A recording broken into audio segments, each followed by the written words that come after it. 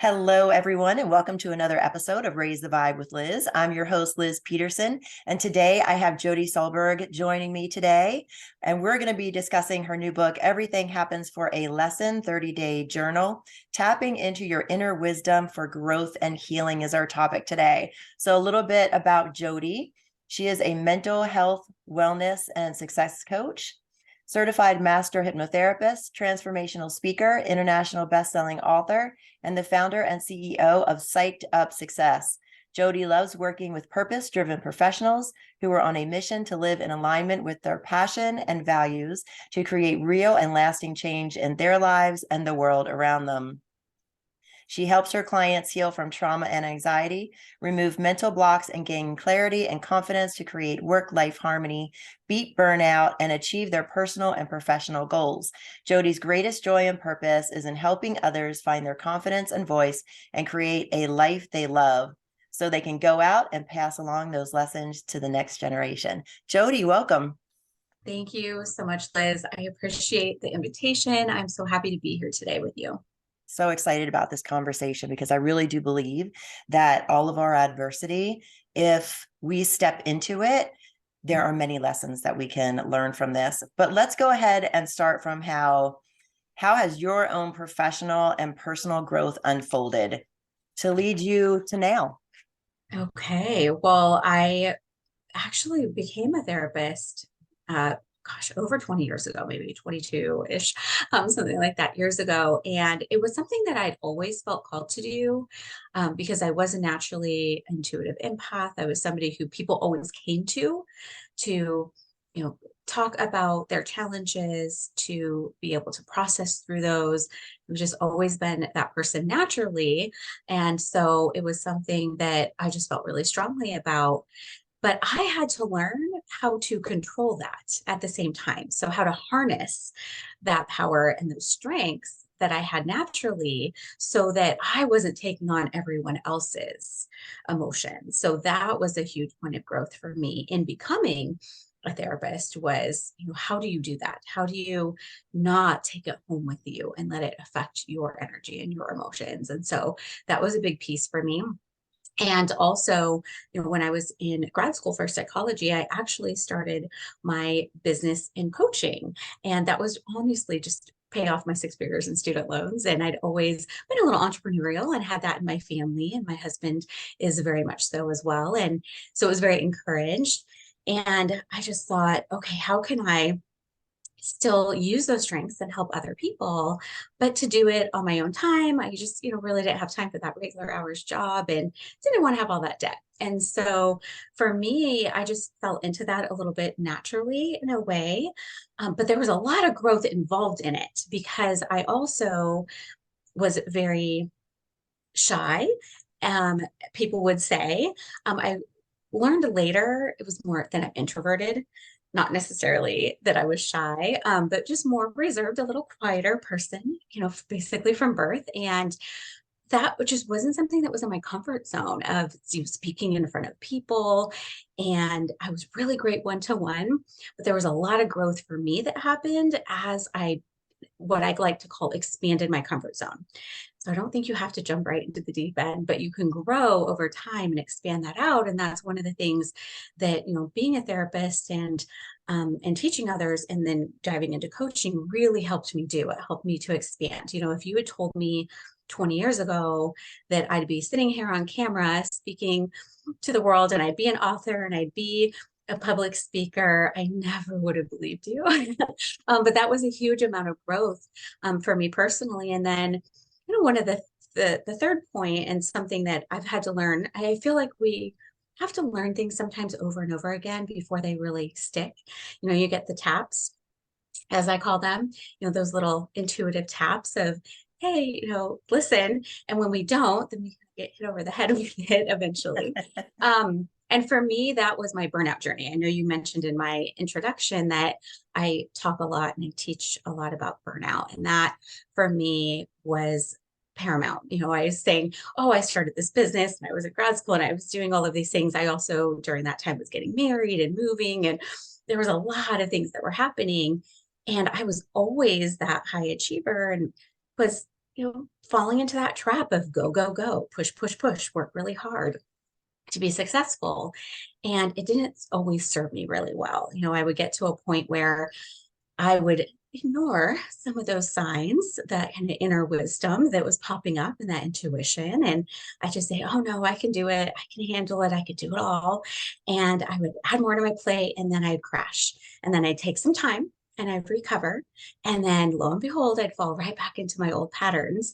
And that happened about 3 times. It happened a few times, maybe 5 or 7 years apart each time. And after the last one, I finally learned the lesson and really made a huge lifestyle shift. And that brings me to where I am today, because I had the two separate worlds, right, with the coaching and being a therapist for so long.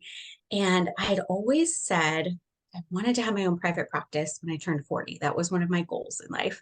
And it was right about that time, that transition time, where we start thinking, right, when we get to the end of a year, like we are now, or when we get to the end of a decade in our lives, sometimes we reevaluate some things.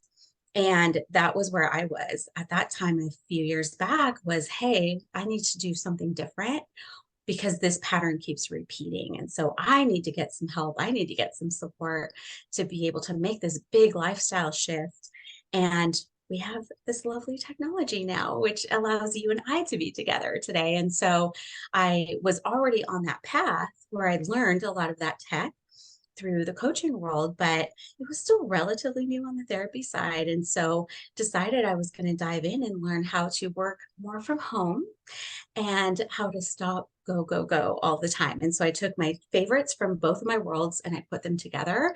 And that's where I find myself today, working virtually with people all over, being able to reach more people as, a coach and therapist, as a speaker, as an author, but not to the detriment of myself and my own health. And so that was definitely the other point for me. It was one of those big lessons I had to learn in part of my growth journey. And I love that, Jodie. Thank you for sharing that. I also want to point out, so many of us can get stuck in trying to prove our value with this productivity mindset.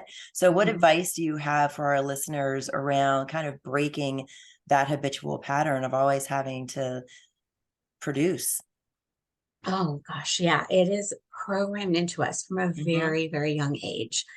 It's really how our system in our society is set up. And so it does take time and intention and a lot of mindfulness, a lot of paying attention and trying to stay present and getting back connected with, what do you really value? And how are you feeling? And what do you need? Because we're so focused outward. And we're so focused on, the pressures and those expectations that are put on us that we then internalize and then we turn them on ourselves. And so, really taking the time to evaluate and look at, what is it that I want? What's my own definition of what success looks like and what feels good in that? And making those shifts. When I decided to make that big lifestyle shift, it really actually inspired my husband to make his as well, and to look at, is this what I want to be doing forever? And I think, we can be inspired by others who are doing those things. And this is why, we do things like this and we share our stories, because it can help other people to see that, we don't have to put those pressures on ourselves. When we're so little and we're going into school, we really get disconnected because it's all about a grade. It's all about an accomplishment or an award, or, our worth is tied to, did you get an A? Did you get a B? Did you get a C? All of those things. And the other thing that I find that undermines our connection with ourselves and our ability to really have that inner compass for ourselves of, what path do I want to go on versus what am I expected to do, is the fact that, we're on somebody else's timetable and schedule. We're told when we can go to the bathroom, when we can eat, when we can drink water, when we can do anything. And so what happens is we start ignoring our inner cues, and we also start ignoring our bodily cues. And so we just get so disconnected from who we truly are and what our passions are, what our values are, what we need, what we want. And we're looking at, oh, I'm supposed to do this. I'm told I have to, take this route in my education, or I'm told I have to have this kind of job or career from my family, or, I'm told by society I have to do this.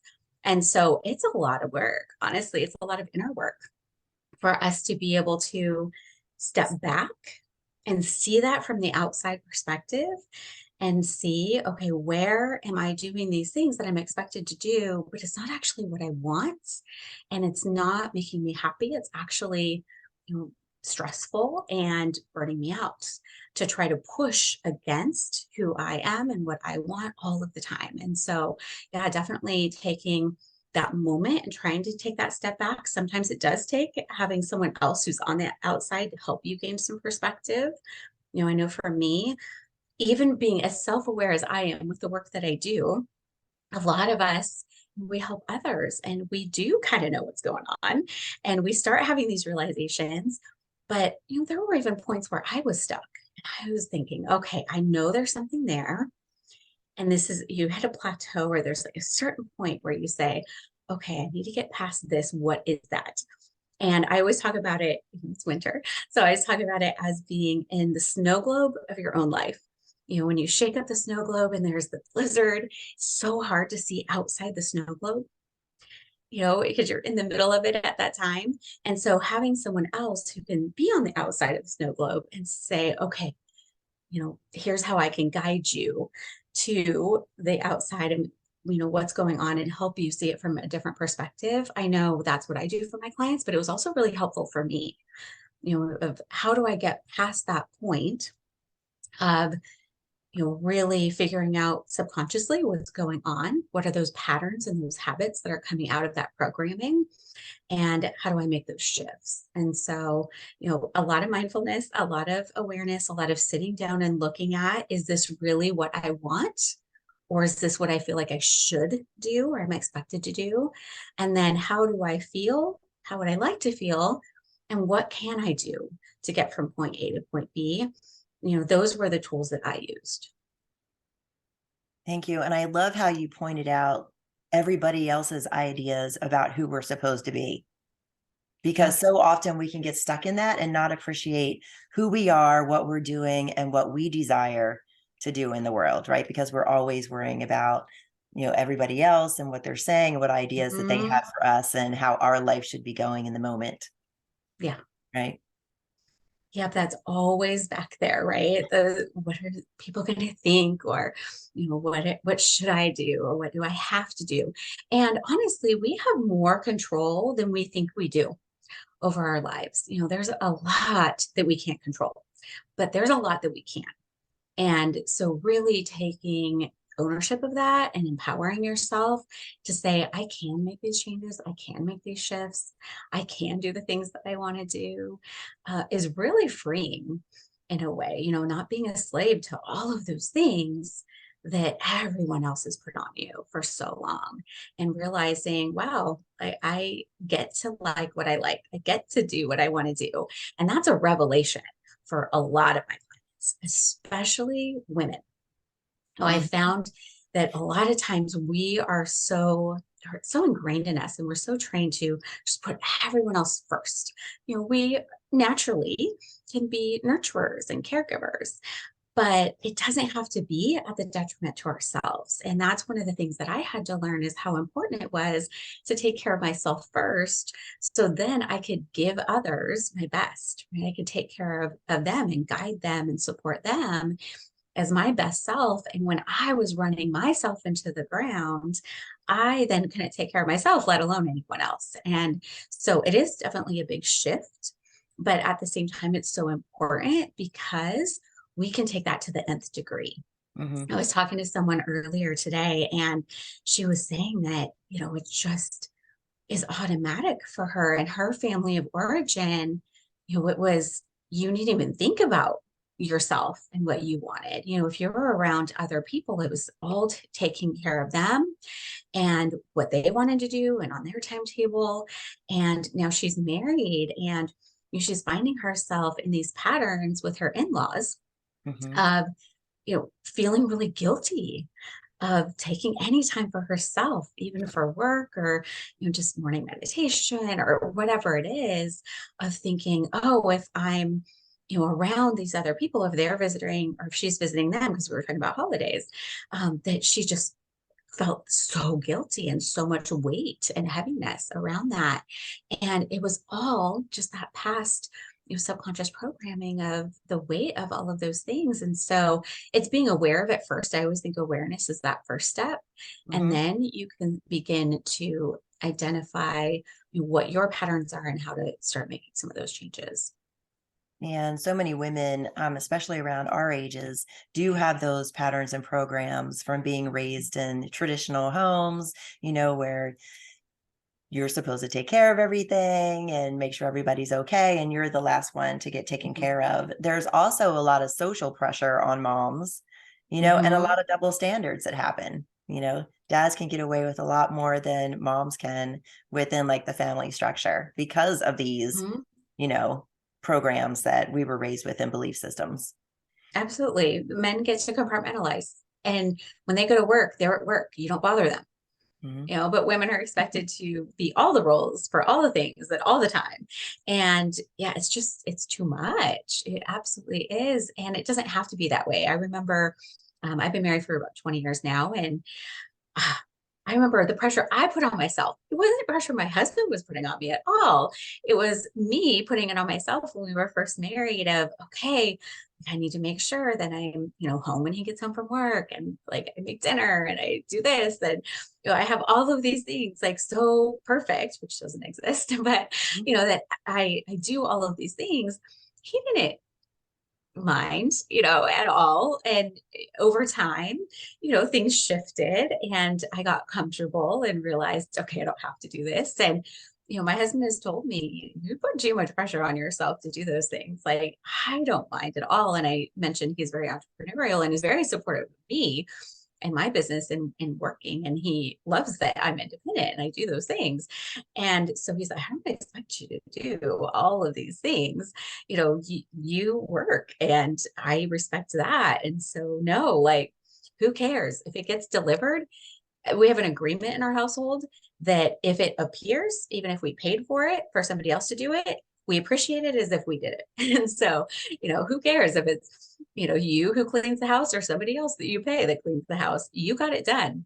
Doesn't matter. And things are much more equitable now because I'm allowing them to be, because Nice. I'm not putting that pressure on myself to say, oh, I have to do everything because of these predefined, gender roles in our household that we don't even believe in. So, yeah, it's very interesting those things that we come into, things like marriage or motherhood or whatever the case may be, like with these preconceived notions, it's so interesting that it doesn't even matter if the person, expects that. I have a girlfriend who was telling me that she has 4 kids, and when her boys were growing up, everything for Christmas had to be just this like Norman Rockwell, like perfect image. And one year they all got sick. And I think this is very relatable to nowadays, right? Yes. Because things happen and you can't expect to all be able to travel or be together or have things be the way they once were all of the time.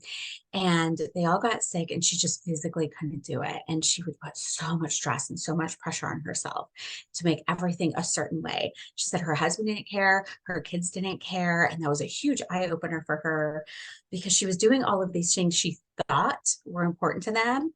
Like, no, we didn't care about any of that. We just let you do it because you wanted to. And so, where are we showing up in our lives like that? Where are we showing up and doing all these things because we think other people expect them or want them? When honestly, it's just a story we made up in our heads. And, again, the societal pressures that we just internalize and think, oh, I saw this on TV. And so I have to do it just like that. Or I saw my great grandmother do this. So I have to do it just like that. Right. It's a different era. It's a completely different time. And there is no such thing as perfect, no matter what you see on Instagram or television. Yes. It's almost like we've taken what everybody's been telling us all of these years when we were Mhm. younger, going through teens or college, 20s, and then we become that person to ourselves where we have the negative Mhm. self-talk and the criticism and, you have to do this and you have to do that. And then mixed with that is, what are people going to think if, Mm-hmm. you Yeah. know? And we're hypercritical, our own worst critics when it comes to that. And we just put so much on ourselves and we don't even realize most of the time that we're doing it. And so that's why really looking at, where does that self-talk, you mentioned negative self-talk, what is it? Mhm. Becoming more aware of that and then starting to put it down and, just write it out. When those things come up, there's usually core themes with self-talk. We typically have the same thoughts that we thought today as yesterday, as the day before, as the day before that. They're very similar. So tends to all be around some core central themes. And so it doesn't take very long to figure out, what are the things I'm saying to myself over and over again. And I always think it's really important to recognize and acknowledge that, because sometimes the things that we say in our heads, don't, we logically know they're not true, but they are on repeat. And when they stay in your mind, it makes way more sense to you and you can just rationalize it.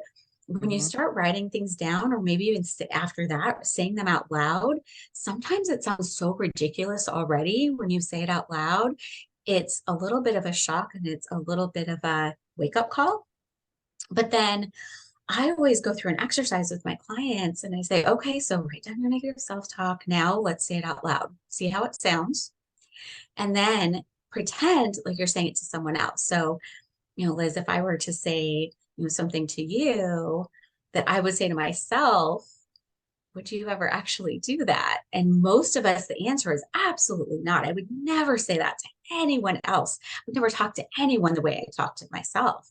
Well, we're not very kind to ourselves. And so I teach a self-compassion exercise where then, let's say, I was not believing in myself and I was saying, oh my gosh, Liz, I'm such a terrible wife. I don't get everything done and it's not all perfect all of the time, using that example we just had, and Mhm. on and on and on, right? And then I would never say that to you. I'd say, Liz, your house isn't spotless, so you are a horrible wife or a horrible mom or a horrible partner, right? I would never say that. But what if you were to say it to me? And that's what I go through with my clients is, what if Liz were to say that to me and say about herself and say, oh my gosh, Jodie, I'm just like this horrible person because everything's not perfect all of the time, et cetera, et cetera. What words of compassion would you say back? And then use those words of compassion you would say to someone else for you. So when you hear yourself with the negative self talk, turn it around, have a response, and remind yourself of why that's not true.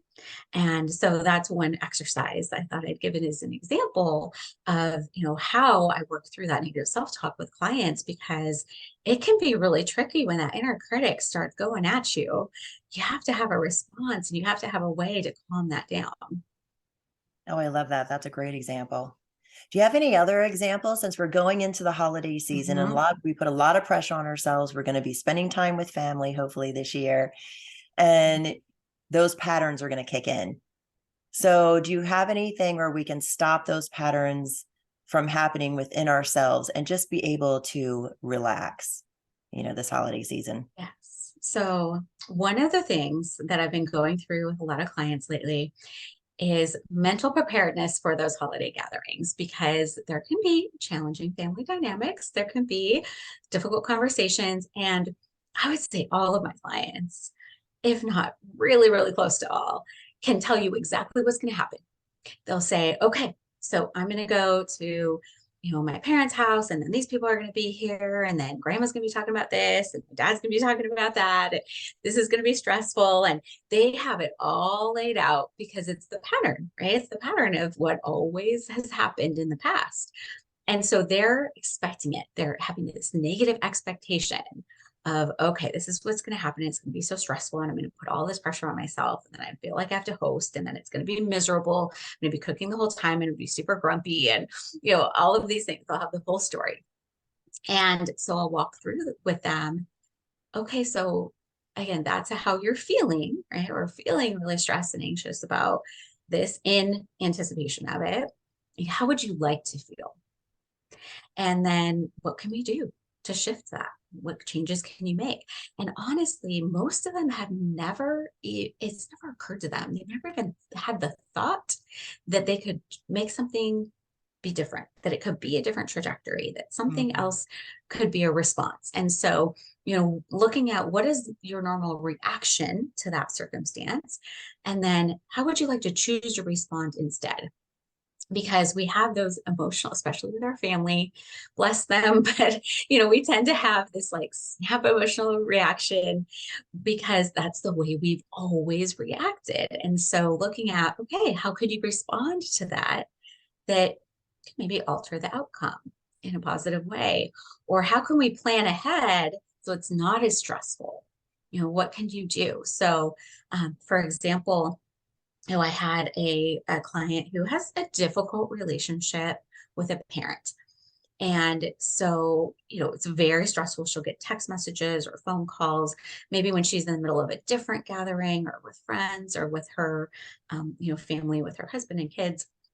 And we just thought, what if you don't have your phone? Like, what if you don't? What if you don't respond right away? What if you wait until later? Or, she just never thought of, oh, I don't have to get wrapped into the drama in the moment. I can wait. Oh, okay. And that was really empowering. Or a client who said, well, it's just so stressful because I host and this happens and then that happens. And it's so much pressure on me. Well, what if you ask your brother and his wife if they'll host? Or what if you ask someone else? Or what if you'll share in the responsibilities or ask other people, to bring something or for some assistance with that? How would that help? And so sometimes we just go through the motions and we do all the things we've always done, but we don't think about, well, what can we do differently? And then the other thing is going to visit people. For example, making sure to take time for yourself.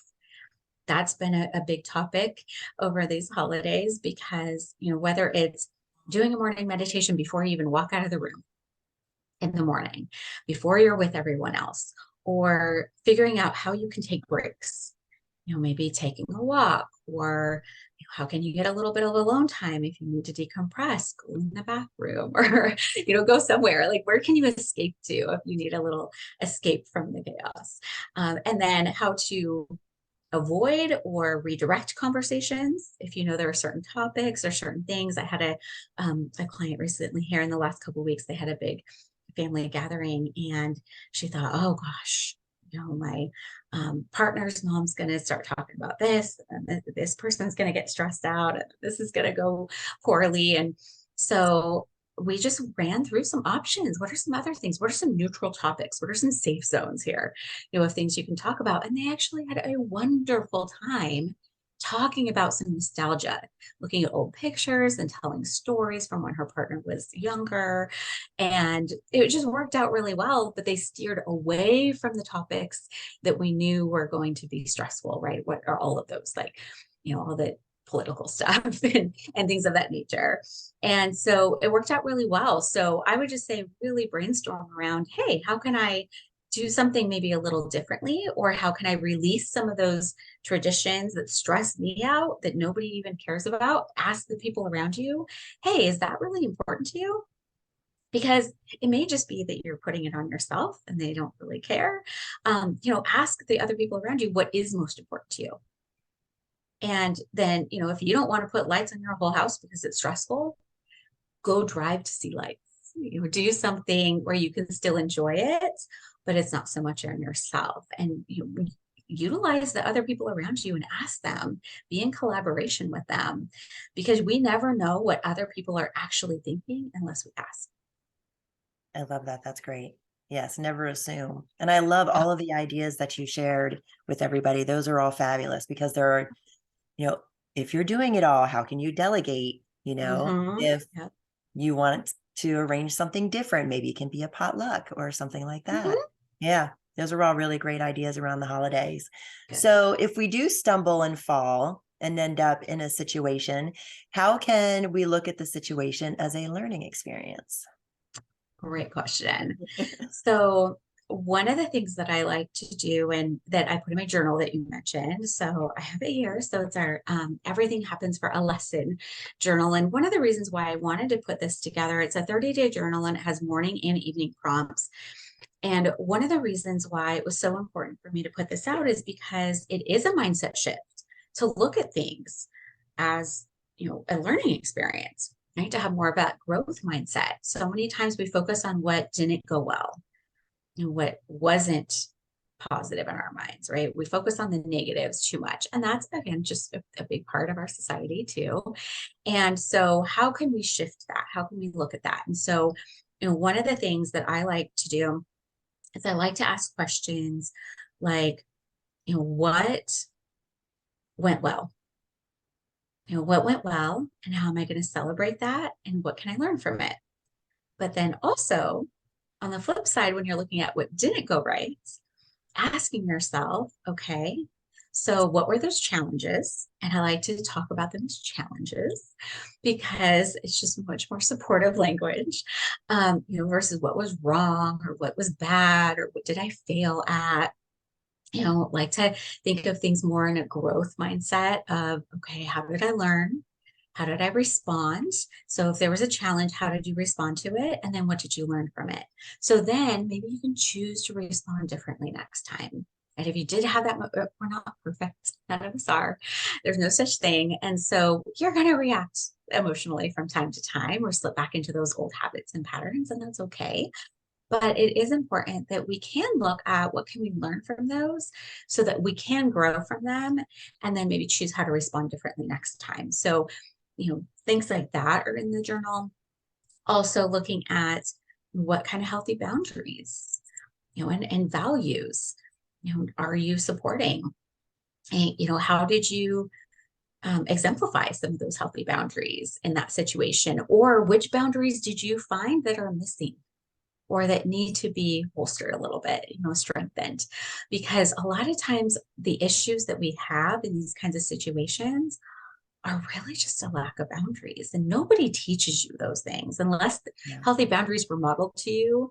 It's not something we learned in school. It's, we don't teach emotional management classes when we're teaching math and English and science and all of those things.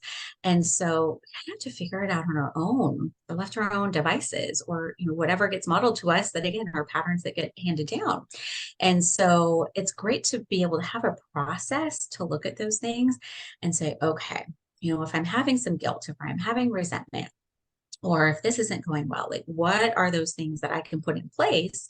A lot of times it can be boundaries that can help, support that and make it a better, more positive experience than the next time.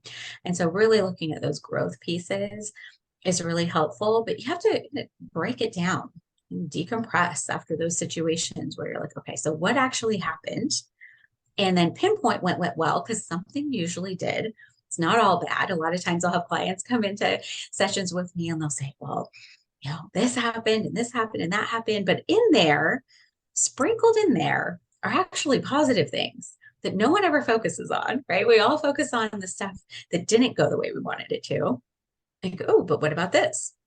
That went well. Okay, great. And then what about that? All right, how can we build on that? So you can have more positive experiences versus, really focusing on the negative, because we always want to focus on what we want more of, not what we want less of. If you're telling yourself, well, I'm just really bad at this, or this is horrible, or this is what's wrong, we're resigning ourselves to that's the way it's always going to be versus, okay, so this happened. What can I learn from that? How can I grow from that? What can I do differently next time to improve upon that, and just really focusing on learning and growing and becoming better, then that actually gives our subconscious something to work towards instead of just being like, well, it's just awful. We're just going to live with it. Right? We want to actually give it something to work towards, and we want to learn from those experiences. And so that's why it was so important for me to write that journal, is to help people to be able to shift that mindset. Just morning and evening. I'm a huge proponent of morning and evening routines because it's what I call bookending your days. It's like you can start off strong and you can end strong. Then everything that happens in between can be better. And so, that was my big focus in that, of helping people to shift into that growth mindset, because it's not easy. It doesn't always come naturally to us. Right. Can you give us a couple examples of what those might be? Some Yeah. circumstances? Some circumstances as far as, Oh, examples of situations that we might find ourselves in and how we can shift that and then step into a growth mindset around that. oh my gosh, I feel like it's everything. To be honest with you, I feel like you can Yes. shift anything. I truly do. So with those, if you're in different circumstances, so let's say, let's say you're doing something for work.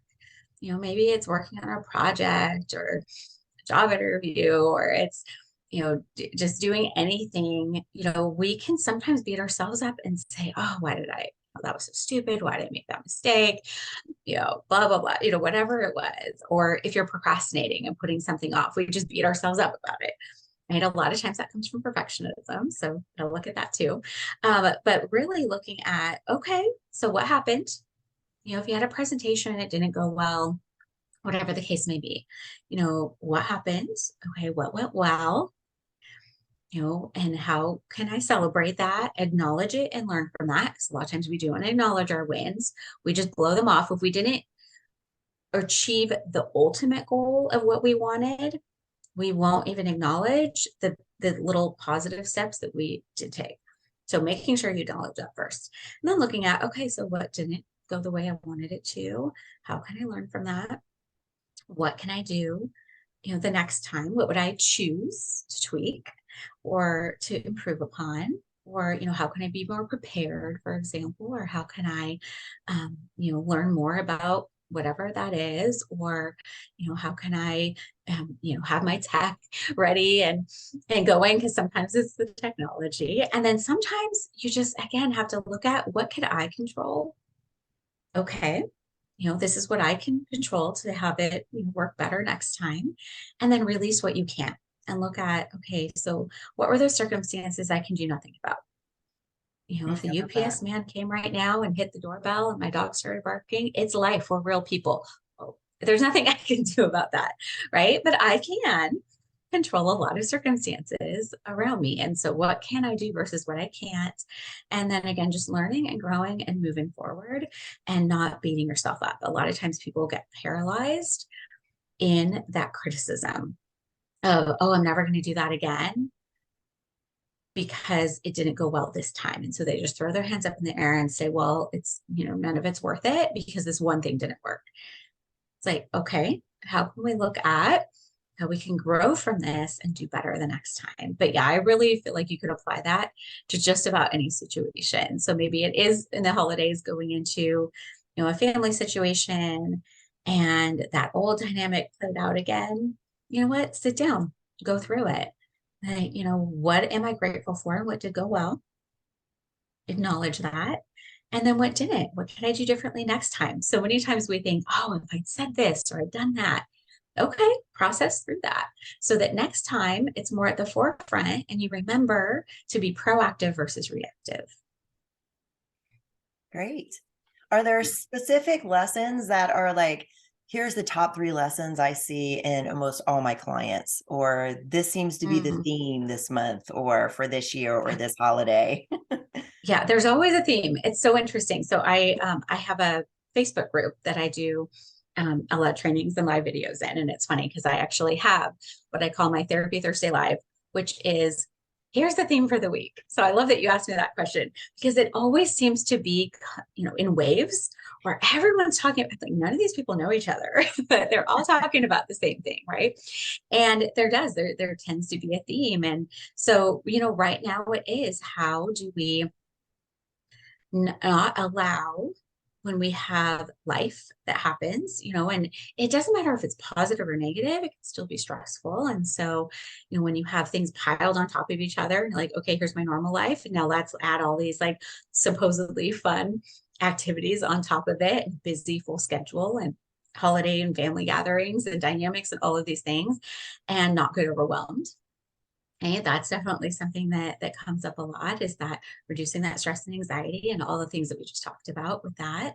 Um, And, that in general, that emotional strength and stability and that bounce back ability and feeling like, okay, I've got this, it's all figure outable. A lot of that comes from resourcing yourself with tools and strategies of how to handle things as they come up, because there's always going to be something in our lives, whether it's holidays or pandemics or, you know, uh, job or health or something, right? There's always going to be something in your life that's going to come up that can be unexpected, or even that we expect it, but it weighs on us, that we need to deal with. And so those emotional tools are really important. So that's something that definitely comes up for everyone. The other one, like we talked about earlier, is the shoulds and the have tos and those pressures and expectations. That is pretty universal, I would say. Those things that we put on ourselves and say, okay, I'm like supposed to be this way, or what are other people going to think? Like you mentioned earlier, Liz, those kinds of things of our, preconceived notions of how we're supposed to act or what other people are going to think. And, that weight, that's very universal. And so a lot of times that is figuring out who you are and what your values are. That's something I focus on a lot with my clients, is who are you without everybody else's inputs? And that's really hard for a lot of people, is like, what do I like without anybody else telling me what it's supposed to be, without looking for outside approval? So that's a big one. And then also what we talked about with the connection, right? Listening to your intuition and listening to your body, because we don't realize a lot of times how connected our emotional, mental, spiritual, physical, how connected everything is. It's very interconnected. Mm. And so if you're having, emotional, mental distress in any way, a lot of times we just, again, just override and ignore, and we start getting physical symptoms that are a manifestation of that. Or if we have a physical condition, let's say, something that's chronic or autoimmune or whatever the case may be, and we are stressed, or we have some emotional discord happening, it will exacerbate those symptoms. And so they can go hand in hand. And so that's the other thing, is really cultivating that mindfulness and that connectedness with ourselves inside and out. I would say those are three of the main core challenges that I see all of the time. And a lot of it has to do with inner healing. A lot of it has to do with those past things that come up, like you mentioned, from programming, from childhood, from development and beyond, so a lot of that to just really heal and move forward from, because we're constantly replaying it. And even though we may have thought we dealt with it, or maybe we didn't, and we just pushed it down, it's still dealing with us. Mhm. And so there's a lot that goes into that, but those are the manifestations that I see the most. Great. And I'm going to wind back to resourcing self, because I think that that's really important. So share with our audience ways we can resource ourselves. Okay. So learning different tools, really important. So that's one of my main focuses with clients. So getting outside support, I think is important. Having that outside perspective and someone who knows and can teach those tools is key. So whether that is how to communicate and set boundaries, with yourself and with others, that's a really great resource to have, some of those Mhm. emotional management techniques, but also anti-stress and anxiety techniques, breathing techniques, or different somatic types of techniques. You definitely want, the brain and the body. You want to make sure that, again, all those things are so connected. And so we want to make sure that you have resources from all sides. So you have a physical type of movement practice, so yoga or Tai Chi, something of that nature, that can be really helpful. Those can be really great resources. So figuring out what works for you, what do you like? What do you enjoy? And sometimes there's some trial and error in that, of like, hey, let's try this and see how that works. Let's try that. For some of my clients, it's very much connection to nature, and that can help them. That can be one of their resources for them. It can be hobbies or creative outlets. It can be, and just, some of those somatic or different journaling, techniques, things of that nature. So there's a lot of different kinds of resources depending on what it is for you that is coming up, but also what you connect with the most and what you enjoy. Sometimes people have tried journaling one way, but they were thinking that they were supposed to do it a certain way or they weren't doing it right. When I have, of course, individually, I have hypnotherapy sessions that I'll do with clients, but I also have guided recordings and things of that nature, like guided meditations, just a little bit deeper there. And so sometimes people will think with meditation, for example, that they're like, well, I tried it, but I can't do it. I'm not doing it right. It's like, okay, that's another, again, layer of pressure and expectation on ourselves.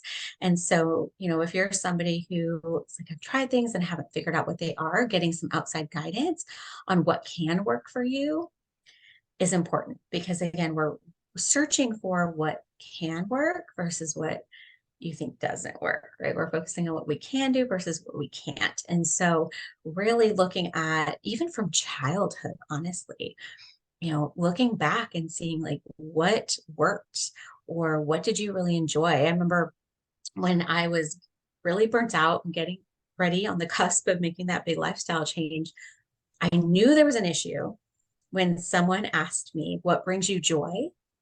And I wasn't doing any of those things, but I didn't really have an answer in the present because I wasn't doing any of them. It's like, oh, okay, that's a problem. Somebody asks you what brings you joy, and you're like, I don't know. Like my dog, that was about it. And so I started going back and I thought, okay, what is it? What are those things that I can incorporate in my life now as an adult? Because it's been so many years of pressure and pushing, working hard, and because that's what I was supposed to do, that I can bring into my life. And so for me, it was music and dance and some other, practices that I hadn't done in decades at that point. But it works, nature, a lot of things where I was like, I need to get connected again. I need to get connected to who I am and what works for me. And so sometimes we've actually had resources in the past, but we forget to use them. So I'll have clients who say, I don't know why I forgot about that. I've had clients who decided to build an entire meditation room for themselves to do their meditation and do their yoga and do their different spiritual practices. I've had clients who are just like, I need to take walks every day. I need to, just sit and do a breathing exercise. So it can be a lot of things. So that's kind of a big answer. But at the same time, that will give everyone listening an idea of where to start. That's great. And those are all great ideas in cultivating a positive mindset too. Absolutely. Yeah, it all goes hand in hand for sure. Mm-hmm. Definitely. What is something in the moment Okay. that you could give, or let me rephrase that. What is a tip or tool that you can give our listeners when they're in a moment and something happens over the holidays? Okay. Well, there's some practices that I like to teach clients that you can do even in public. And so I like these ones because it doesn't matter. No one's going to think you're weird. You can do things whenever you need to. And sometimes it's as simple as breathing and just paying attention to your breath. Right. So just a simple mindfulness exercise, something that can calm your brain, calm your body, and it gets centered. Because sometimes we just are going a mile in a minute. And again, we're in reactive mode. So if you need to just stop and take a breath and get, back to that place where you can be centered and you can choose how to respond, just really focusing on your breathing. And one of the things that I like the most, one of the techniques that's my favorite, is 4, 7, and 8 breaths. So it's breathing in for 4, right? Holding for 7, and then out for 8. And you can do it at your pace. If you need to count fast or slow, whatever you want to do is fine. But just breathing and do that 5 times. It's like 90 seconds. I think that might take you to do somewhere around there, about a minute and a half. But that can quiet everything down and just get you back to where you need to be, and nobody won't be the wiser. You're just counting in your head.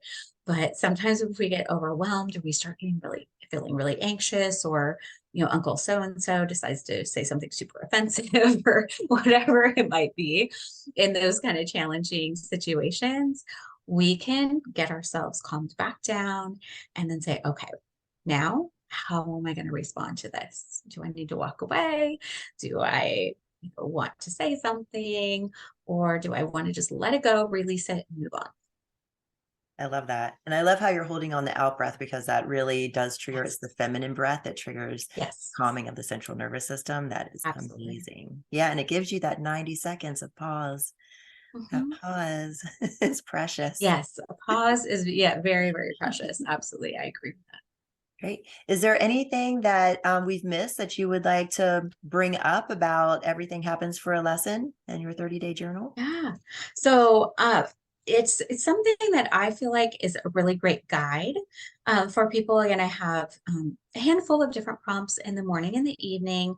It is available on Amazon. It's available on my website as well. So I know you'll have the link to that in the show notes. So it's psychedupsuccess.com, or you can search me on Amazon and it will pop up. But what I would say about that is if you're a paper person, there's lots of room to write in here, which I love. But also you can get the e-version. So just like the Kindle version, if you have your own journal, just really great prompts. I love having something to kind of spark those juices. And I believe that after a month of, morning and evening, bookending your days in that way, you can continue longer than that if you want to, but it really can start making that shift for you of being able to go into that growth mindset and start thinking that way more naturally, retraining ourselves. Because when we have those, old neural pathways, they don't go away. They're really, really worn in. It's like an old shoe, right? It's like an old habit. It's like, I always think of it as a path in the woods, that now is a cemented road that you can drive on. And when we're forming a new path, when we're having new learning and a new pathway, well, we have to trample it down. We have to trample down the bushes first, and then it will get worn in. And then it can be a discernible path. And then it gets, so worn that it becomes a habit. But that old learning doesn't go away. It doesn't. It's there. We have to now choose the new path. And so doing something like this, doing a practice like what's in my Everything Happens for a Lesson journal, can help you to wear in that new path.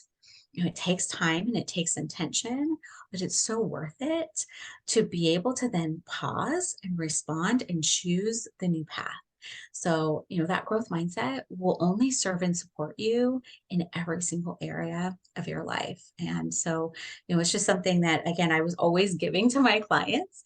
And I thought, I need to put this in one place and be able to give this tool to everyone. And so, yeah, they can absolutely find that on there. I also, on my website, have my guide to mastering mindfulness that has the breathing technique as well as several other techniques that you can use. So they're welcome to go and download that as well. Lots of free resources as well as the books and different journals and tools and things I have on there.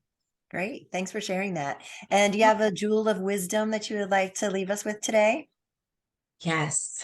So the final thought that I have today, and it's along these lines, especially kind of ending the year and going into this new year, is really looking at that reflection piece of use the prompts that I was talking about daily for the year. What went well this year?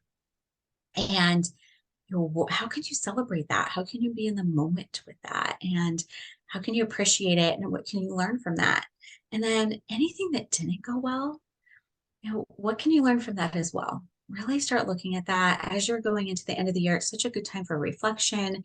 It's a great time for reevaluation of what do you want then after you answer those questions? What do you want to take forward with you into 2023? And what do you want to release?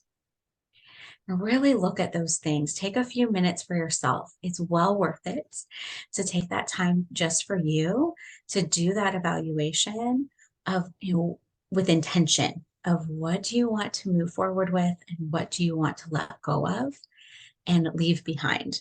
I think Right. it's such a great time of year. So yeah, take the time for you. You deserve it. You're worth it. Do not be guilty in any way, shape, or form for that. Because again, when you take care of yourself first, and when you do the personal growth and the self-awareness begins to grow, it's only going to help you in your work or your service towards or your relationships with others. Great advice, Jodie. Thank you so much. It's been such a pleasure to host you. You're so welcome. Thank you so much for having me. A great topic, and thank you for sharing. Thank you, Liz. And thank you everyone for joining us. Again, this is Liz Peterson, and this is Raise the Vibe with Liz. You can find me on Instagram, Facebook, and YouTube at Raise the Vibe with Liz. And my website is lizshealingtouch.com. Thank you, Jodie, and thank you everyone. And remember to get out there and raise the vibe. Have a great day, everyone.